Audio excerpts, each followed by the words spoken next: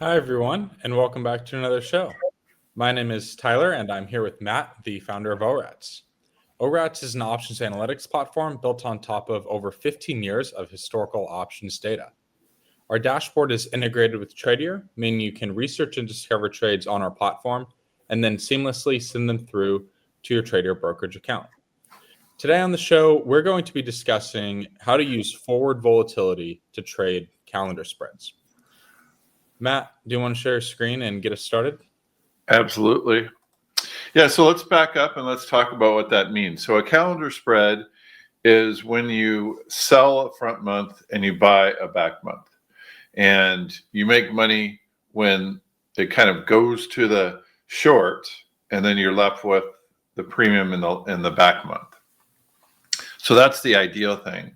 And another ideal thing is, even if it doesn't go all the way to expiration and the volatility comes down in the front, maybe goes up in the back, that's also good.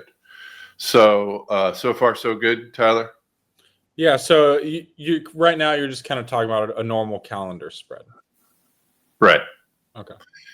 And that's what we're going to be talking about. We're going to be talking about how to find a good setup for that calendar spread.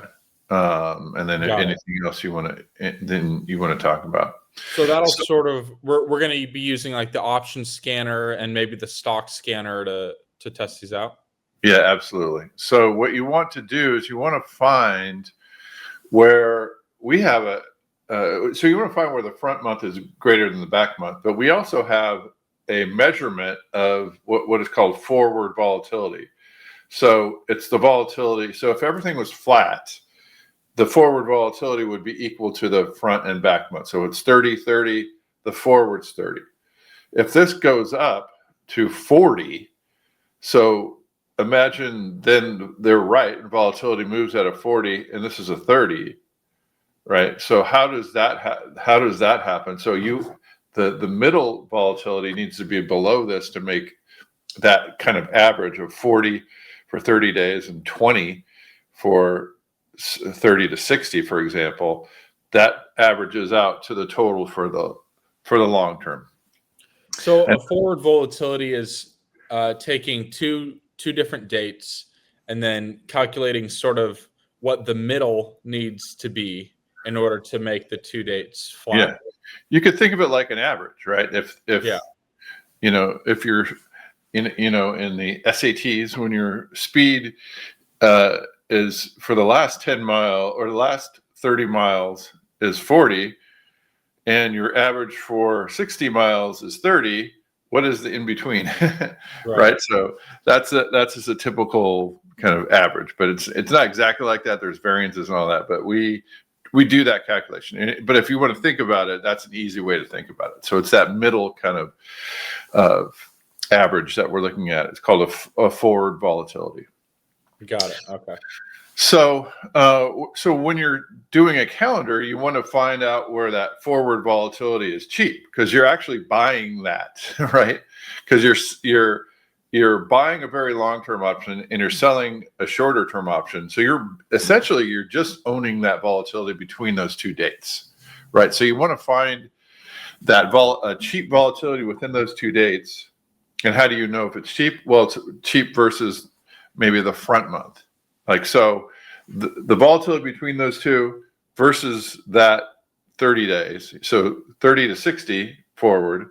And what I do is I say, well, the 30-day divided by a 30-60 is the ratio that we're looking for. Does that make sense? And you want to sell, or you want to do a calendar, you want to sell the front when that ratio is high. Right. Couldn't you look at it? Is our Contango indicator maybe more of a simpler indicator in this regard, or just slightly different? Yeah, Contango is very similar, and we're going to look at how Contango looks when we're doing this. The problem with our Contango is it's just kind of one measurement at 45 days on average. Okay. So with the forwards, you could get it much more specific, and we'll let people know that we're working on much shorter term ones. But now we have, what do we have? 30 to 20, 60 to 30, 90 to 30, 90 to 60, 180 to 90. So we have all those forward. So just depending on what you're going to be trading, and then we're going to move some forward as well. Yeah, that makes sense. Yep.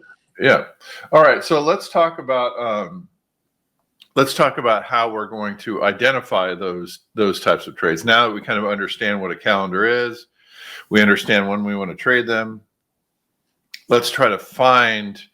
Let's set up a stock scan to, as I called mine, rich forwards to IV for calendars. I should have said it rich IV to forwards, but why don't we change that? Right, so it's the IV divided by the forward for calendars. So how do we do, so now the first thing is, let's say we're going to trade a 30-day. That's probably the most common type of calendar. And then, so we could do a 30-day divided by the X. So we're going to do X earnings, because we're just going to treat earnings as an event that we're looking at differently, which is to say, if we have ORATS as a way to take earnings out of the equation, and then analyze this outside of it. Now you may want to scan for options that have earnings outside of your dates, and you could set that up here, but we're not going to do that right now. We're just going to take X earnings and see if we could find some good setups, and then maybe we'll look at earnings a little bit later. So far, so good, Tyler? Yeah. I was kind of hoping to look at some of the earnings indicators, but yeah, we can do that a little bit later. Right. So what we're really talking about, that just complicates it, right? So we've talked about earnings many times on here, but now we just want to go in and do a calendar in, even ETFs or whatever. You don't need to have earnings. But you can look at earnings, but then that's a different setup, because then you want implied earnings moves. So what we're trying to do here is let the earnings traders do their thing, but now we're just going to look for opportunities outside of the implied earnings moves that we usually look, and we've done shows on that. Mm-hmm. So we're going to look at X earnings, so that and we'll kind of show you what that means. And then we're going to look at, so now we actually have two different methods for looking at forward volatilities. I'm not going to get into that too much, but one is looking at what I kind of talked about before, that average, if you're driving a car. Another is looking at it more from a theoretical option pricing. What would if this is 40 and this is 30, what would the volatility need to be to line those two up? And they usually come out with the same type of answer, but it's a different way to calculate it. I think it's a good way it's good to have two of these. Let's just say. Okay. So let's get into this. Let's get an example now of a stock that we might look at to trade a calendar. Okay, so let's find one that trades a fair amount. Well, here's gold. So gold has there's no earnings obviously in gold, and the implied 30-day versus the 60-day is out of whack. Okay, so let's check that out. Let's check out gold, and let's see what that looks like. First of all, so in the trade builder, we could also look at this. We could create this over here too. See IV 30, and it will come up as X earnings, and then we could go FEX, 60/30. So we could add this to the chart. So in gold, you could see that the blue line here, the volatility has come up quite a bit. And what has also come up substantially is this relationship. So, I mean, if you're kind of just scalping this line, how well did this do? And what we might want to do is just look at it. If we look at a back test, we could look at how did the back test do at certain times when this line was high. But this definitely looks out of whack. This looks like 30% higher, which was what we saw in the stock scanner. Very high front month volatility. Obviously, there's a lot of macro concerns out there. So this might be a time to do, a calendar in gold. So, so far so good on that, Tyler? Yeah, I like looking at the trade builder for this kind of stuff because you can see how the indicator lines up with the price and volatility of the stock and sort of gives you a really at a glance view of the last few years. Yep, exactly. And then also the outlook is good because then you could see, where the volatility is, where volatility in gold is compared to like a market. And then you could also look at Contango. So here's the Contango that you were talking about, Tyler. Mm-hmm. And yes, Contango is a very good indicator for what we're looking for. As a matter of fact, it's fallen off a cliff because Contango is when the front month is below the back month. Negative Contango is when the front month is above the back month, and which is what we're in right now. This was what you see over here. You see the term structure, and we saw that on the trade builder as well. But now you can see this kind of graph is this changing through time. So you good on that on Contango and what it means. Yeah. Okay. Yeah. So those are the big things that we're looking at now. Definitely, this is at a range that we haven't seen in a while. Contango, definitely in the trade builder.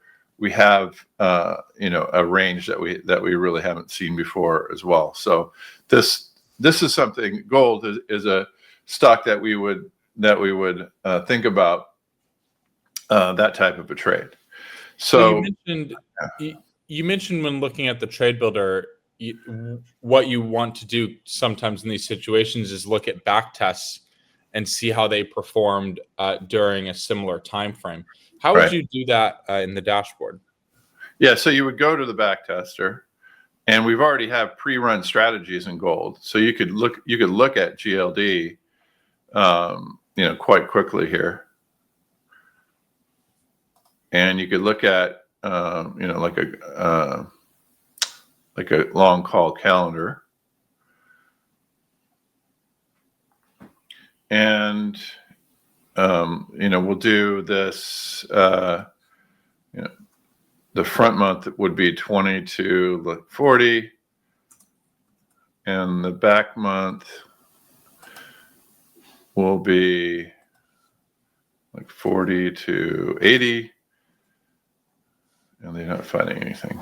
Days to expiration. But we had this.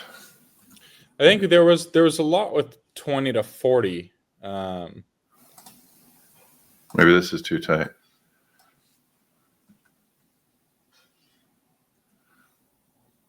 Maybe that's just not working well. What if you don't set anything for leg 2? Yeah, so here it is right here, 60 to 90. So and then we could take out these spread the stock and take out the entry indicators to just get the raw tests that we're looking for here. And I want it looks like looks like our front month is the bigger one. So that's why I wasn't able to find it that way. Got it. Okay. So the front month is the bigger one. So we're going to go 40 to 99. And then leg 2 could just be a minimum of 99, maybe. And then we'll find, or actually, all right. So here they are. So now we'll look at these types of tests. Like in gold, it doesn't look like it's that good of a test on its face, but let's look at this test, under certain times.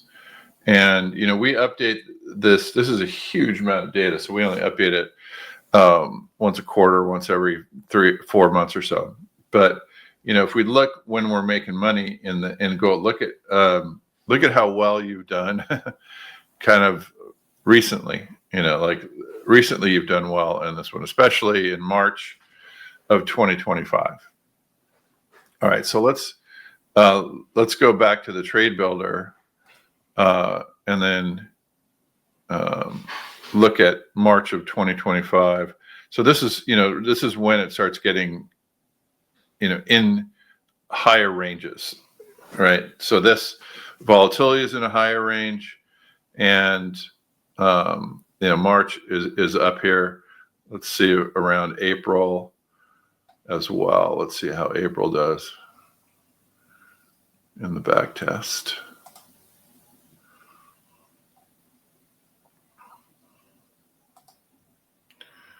So what is this? Yeah. Well, yeah, all the way through this. It's just this is when this is really performing, Tyler. Mm-hmm.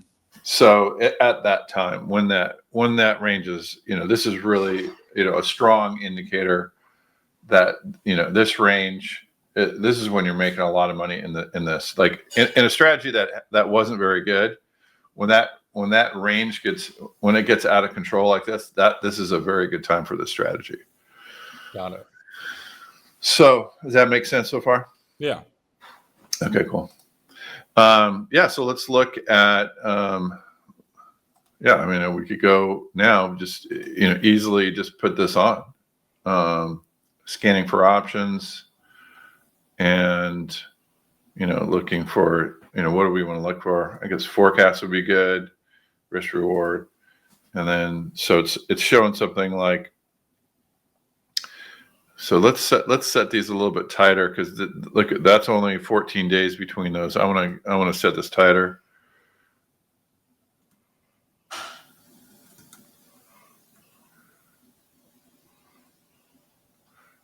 And maybe 90 is a little bit too much. All right. So something like this, Tyler. Let's see what these actual DTEs are. 72 and 25. That looks decent. We could go out a little bit with a 21s. Yeah, so that's good. So you're selling an IB at 29, buying at 25. We could even set we could look at what the volatility is if we go up a bit, closer to the money. Go here. How's that vol? It's still 29.25. And let's look at the payoff picture here. So, in this case, this is a positive expectancy, meaning we want the delta to go up. We could also trade a double. We could do it one by one. As a matter of fact, I think I might want to do that. I'm going to switch to my paper trading account here. And why don't we put this on? I think we could give them 5 cents. And then force that. All right, so let's just acknowledge what the delta is here. So the delta is 5. So it's not that great, but still. Let's do that. And then let's look at a put calendar. And we'll just go straight to, so there's the call calendar. We'll add a strategy. We'll add a long put calendar. We'll make it kind of 90, we'll do 60.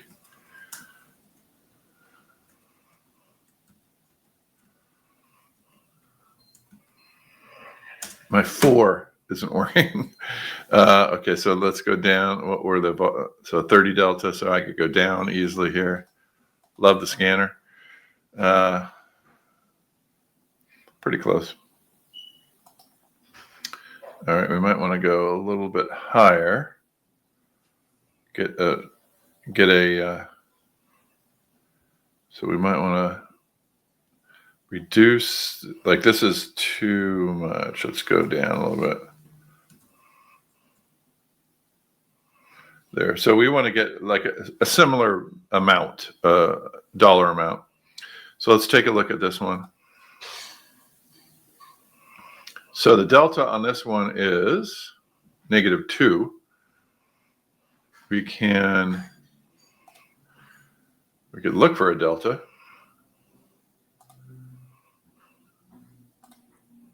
So here the delta is -2. It looks like a lot of -2. So why don't we be good with -2 here? And we'll do this one. It's the best of not too great a forecast. So let's just do that one.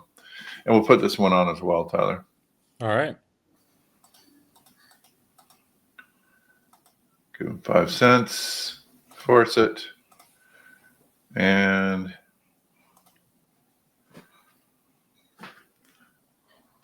all right, so we're in on gold.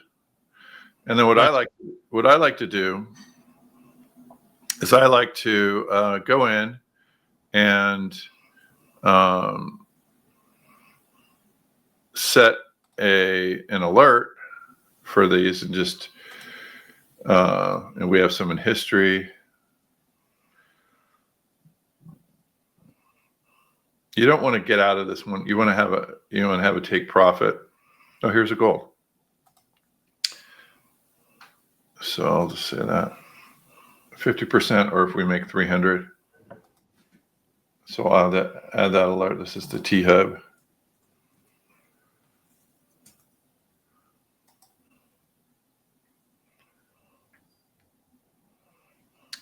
And I will do that. So you see the alert comes up here, and I'll add alert, and I'll restore from history. Now I could just use that same one and save changes. So now I'll be alerted for this one.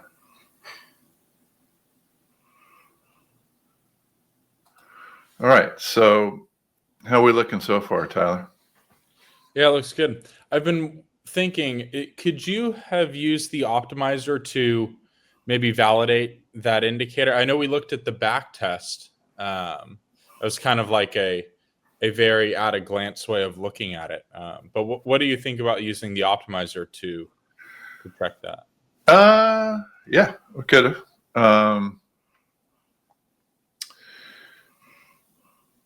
I didn't have the foresight to do it in here, but what Tyler's talking about is we could actually find these ratios and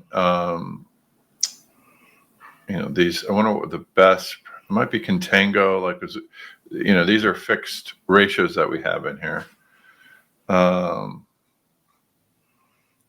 Just trying to think. Do we have a? You could search for it. Here's an IV6 month. No, that's over. That's his forecast. So I don't think we really have like a ratio that looks like it other than just Contango. So we might just say Contango here.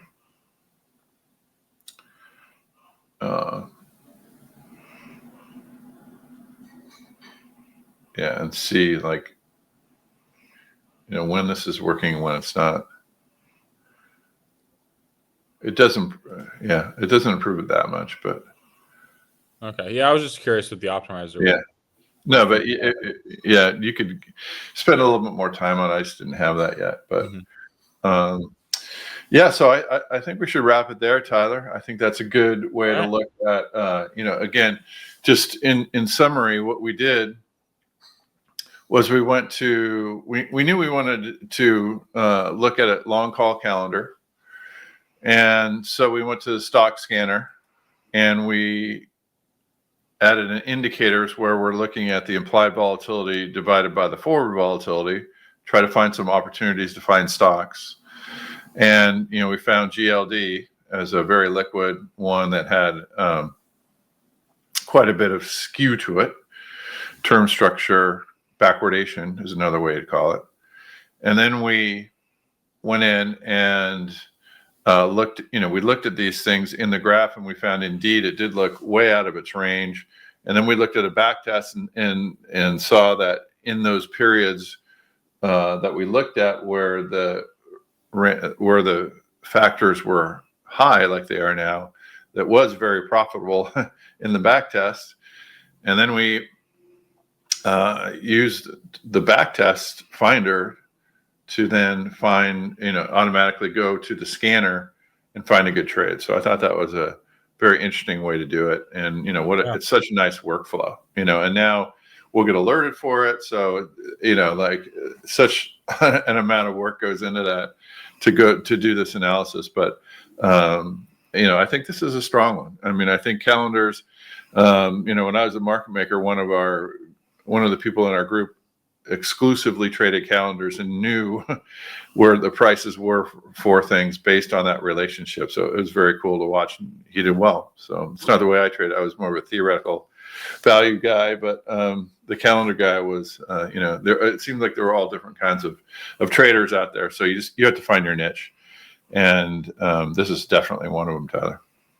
Yeah, it's really cool to learn and see about all the different kinds of ways to trade and to use the dashboard. There's always another use case out there that the dashboard can support and kind of help you go through a pretty frictionless process of finding a trade, based on how you like to do your research. Yeah, definitely. All right. Well, yeah, thanks a lot, Tyler. Yeah, thanks, Matt. And thank you, Trader, for hosting us again. If you guys have any questions, you guys can leave a comment below the video. You guys can also email us at support@orats.com.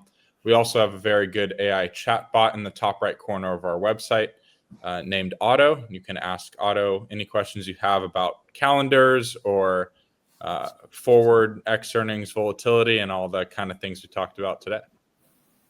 Thank you guys for watching, and we will be back again next week.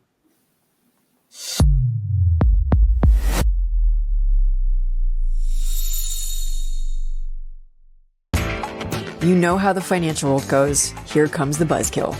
Please make sure to take some time to read this boring disclaimer. We will owe you one.